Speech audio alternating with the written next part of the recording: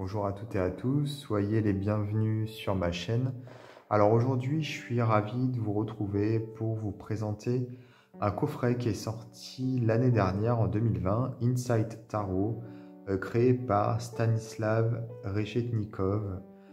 Donc le créateur est très intéressé par les théories de Jung. Donc c'est une approche ici qui est assez psychologique. C'est un tarot qui nous invite à l'introspection afin d'accéder à l'illumination. Voilà.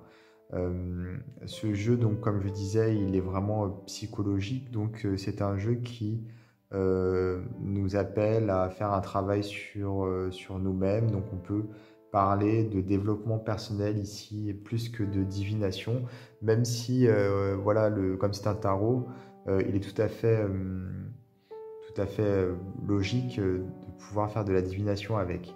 Donc le coffret est très sympa, voilà, je trouve. C'est un jeu également qui nous invite à explorer l'imaginaire, à explorer nos rêves également, dans le but de comprendre l'inconscient. Voilà. Donc pour l'ouverture, on a ici un système d'ouverture par aimant. Voilà. Hop, je fais un petit peu de place. C'est un gros coffret, comme vous pouvez le voir. On a un bouquin vraiment épais. Donc là, c'est pas un petit livre, hein, c'est vraiment un gros bouquin. Puis, ici, nous avons les cartes.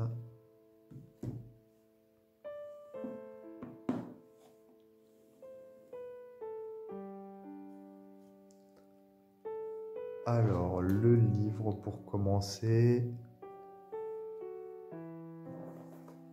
Ici, donc, il est très beau.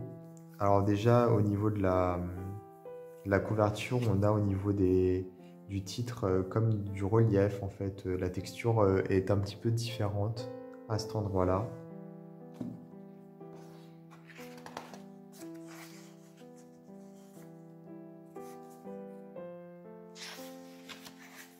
Donc le livre, comme vous pouvez le voir, il est en couleur, il est illustré. Introduction, donc là le créateur nous explique sa démarche. Alors comment utiliser le tarot, voilà, il nous explique également son point de vue par rapport au tarot. Donc il dit qu'il faut pratiquer pour pouvoir se perfectionner, que le futur est flexible et qu'il ne nous montre qu'un chemin possible par rapport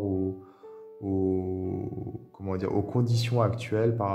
Et ce chemin possible peut évoluer en fonction de la personne et des choix que celle-ci va faire, etc. Donc il y a pas mal de points qui sont relevés, puisqu'il y en a tout de même au total 17, mais c'est intéressant et je partage dans l'ensemble son point de vue. Puis les significations des cartes. Donc déjà, on a toutes les cartes ici. Il faut savoir qu'il y a 79 cartes. Il y a une carte supplémentaire par rapport à un tarot classique. Nous avons ici une petite phrase ou deux qui explique le sens de la carte. Puis ici, nous avons des phrases à la première personne avec à chaque fois un petit texte en plus pour expliquer. C'est un petit peu comme si la carte parlait d'elle-même ou alors comme si la personne qui tirait les cartes allait ressentir, puisque c'est à la première personne, les caractéristiques de la carte. Donc ce sont un peu comme des phrases affirmation. Puis ici, nous avons la signification de la carte lorsqu'elle est droite et ici quand elle est renversée. Donc on a ça pour toutes les cartes.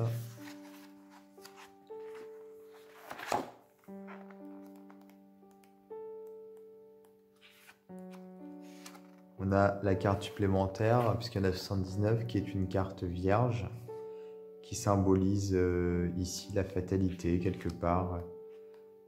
Et ici, nous avons les mineurs.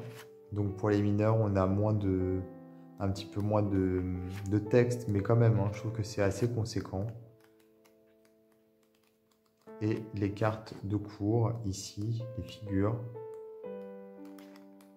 Voilà. Alors, il n'y a pas de méthode de tirage dans ce jeu, enfin dans ce guidebook. Alors, les cartes.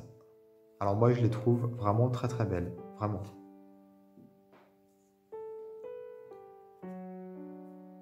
Donc, elles sont d'une taille standard. Elles ont les tranches dorées. Elles sont brillantes par contre. Alors ça, pour ceux qui n'aiment pas les cartes brillantes, dont je fais partie, parce que j'aime pas particulièrement les cartes brillantes, ça peut poser quand même un petit problème. Mais bon, à part ça, elles sont vraiment très belles.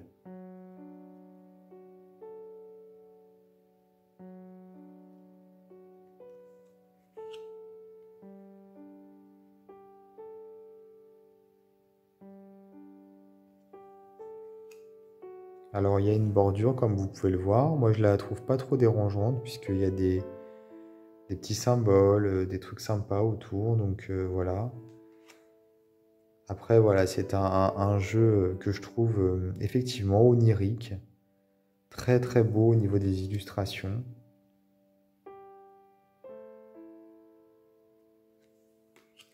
Il y a beaucoup de symboles. Enfin des significations symboliques je veux dire. Il n'y a pas forcément de symboles, enfin il y en a mais ce ne sont pas des symboles ésotériques particulièrement. Ce sont surtout au niveau du symbolisme, voilà, c'est ça que je voulais dire. Elles sont très riches. Alors, on est plutôt sur une construction tarot de Marseille. Et d'ailleurs, vous allez le voir, les mineurs ne sont pas illustrés, ce sont des pip cards, comme on dit. Donc, ce ne sont pas des cartes illustrées comme le Rider-Waite. Celle-là, elle est vraiment magnifique, je trouve.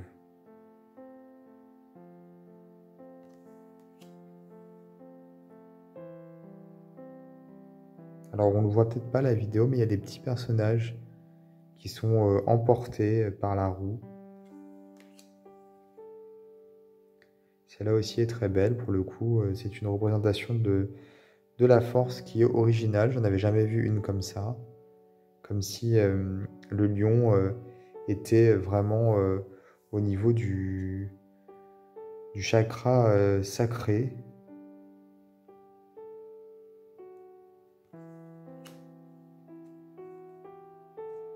Ah, ici, pour le pendu, il y a une connotation religieuse forte, avec Jésus-Christ sur la croix. Celle-ci me plaît aussi beaucoup.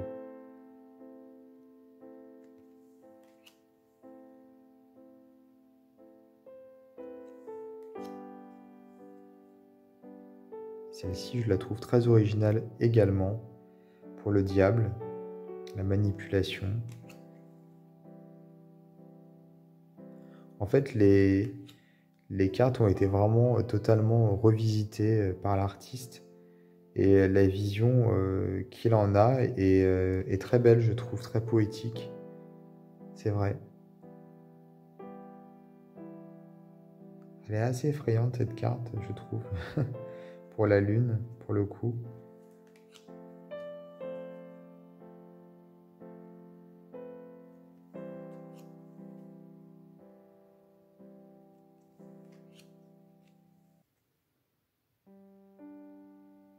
Et donc la carte supplémentaire, voilà, la carte blanche, comme je disais, qui représente la fatalité, ou alors si on la tire lors d'un tirage, elle peut venir, comment dire, confirmer le tirage. C'est une carte qui vient nous dire que le tirage a toutes ses chances de se réaliser, voilà. Alors les mineurs, comme je disais, qui ne sont pas vraiment illustrés,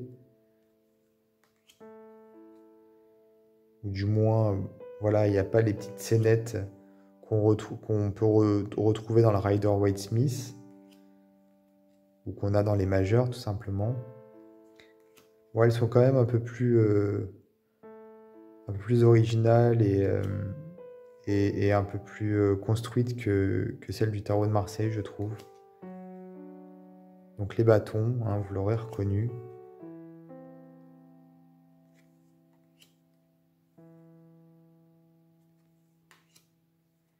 Ici, les coupes. Alors, les cartes de cours, elles sont à la fin.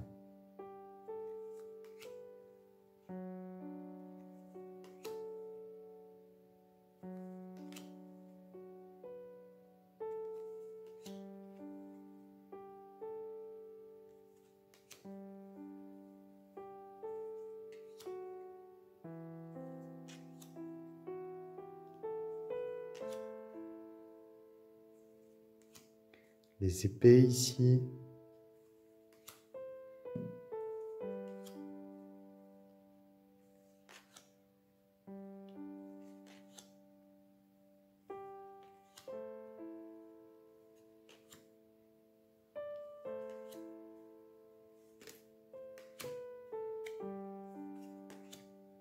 Elle est jolie celle-ci. Les pentacles.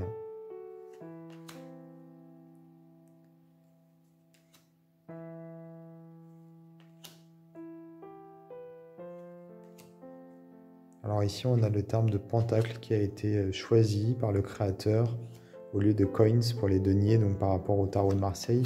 Vu qu'on est plutôt sur une structure du tarot de Marseille, ça me surprend un petit peu, mais bon, c'est pas... ça change pas grand-chose, voilà. Donc les cartes de cours.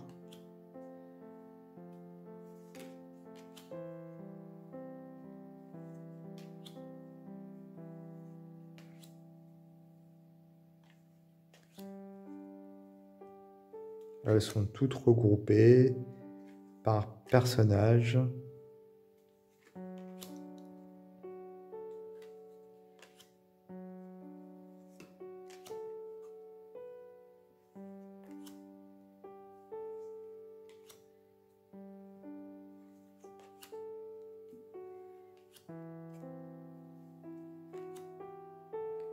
Et voici le dos qui est donc tout simple. Donc voilà pour ce jeu. Alors je crois que je vous ai même pas dit le nom de l'éditeur. J'y ai pas pensé, je viens de me souvenir. C'est paru chez qui pour le coup? Alors je crois que c'est Red Feather. Je retrouve pas. Hop, sûrement dans le livre. Ouais, c'est ça. Donc c'est ça, c'est un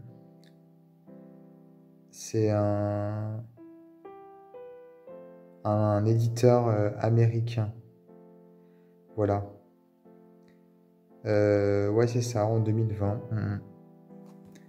Bah, il est toujours disponible, hein, de toute façon, c'est du mass market, donc on peut le trouver très facilement sur les sites habituels, voilà, sur Internet. Mais je vais quand même vous mettre le site de l'éditeur si vous voulez regarder, si vous ne le connaissez pas. C'est toujours sympa de regarder un peu ce que fait l'éditeur ou voir si vous ne pouvez pas le commander directement chez eux. Je vous laisse regarder ça. Voilà. En tout cas, n'hésitez pas également à vous abonner à ma chaîne. Et moi, je vous dis à bientôt pour d'autres vidéos.